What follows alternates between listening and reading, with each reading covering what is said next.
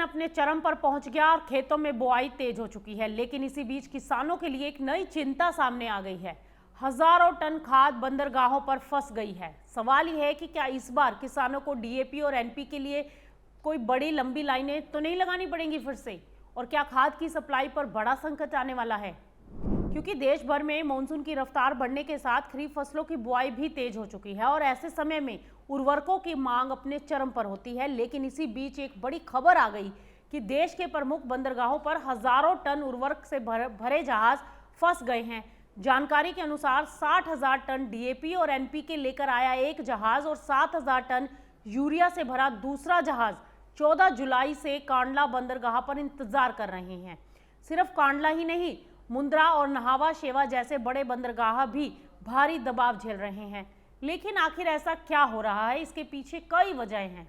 क्योंकि पश्चिम एशिया में जारी तनाव के कारण जहाज़ों के रूट बदले गए, मॉनसून के चलते बंदरगाहों पर कामकाज भी प्रभावित हुआ और ऊपर से ट्रेलरों की कमी ने माल की निकासी और धीमी कर दी। यानी जहाज बंदरगाह तक तो पहुंच रहे हैं, लेकिन खाद खेतों तक नहीं पहुंच पा रही। लेकिन यहाँ एक जरूरी बात यह भी है कि इन खबरों के बीच सरकार लगातार ये दावा कर रही है कि देश में फर्टिलाइजर की कोई कमी नहीं। सरकार के अनुसार देश में यूरिया, डीएपी, एनपीके और अन्य फर्टिलाइजर का पर्याप्त स्टॉक उपलब्ध है और राज्यों को लगातार सप्लाई की जा रही है।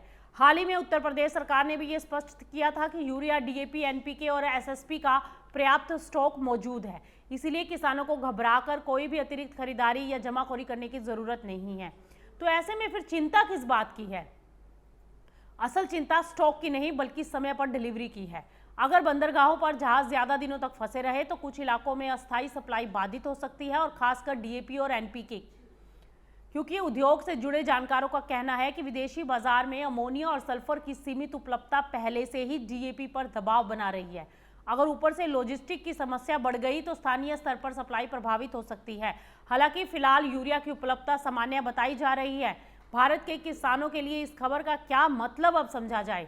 अगर सरकार की सप्लाई व्यवस्था सुचारू रूप से चलती रहती है तो किसानों को कोई घबराने की जरूरत नहीं है। लेकिन जिन क्षेत्रों में बुआई अपने चरम पर है, वहां समय पर खाद की उपलब्धता सबसे बड़ी चुनौती बनी रहेगी। यानी तस्वीर दो हिस्सों में है। एक तरफ बंदरगाहों पर खाद से भरे जहाज फंसे हैं, दूसरी तरफ सरकार कह रही है कि देश में यूरिया, डीएपी और एनपीके का पर्याप्त स्टॉक है। अब असली सवाल यह है कि क्या ये खाद सही समय पर किसानों के खेतों तक पहुंच पाएगी, और क्योंकि खरीफ की खेती में सिर्फ खाद होना ही नहीं, समय पर मिलना बहुत ज़रूरी होता है। अब आप हमें कमेंट करके बताइए, क्या आपके ज़िले में डीएपी, यूरिया और एनपीके आसानी से मिल पा रही है या अभी भी किसानों को लाइन लगानी पड़ रही है? आप अपनी राय जो है हमें कमेंट में ज़रूर बताएं।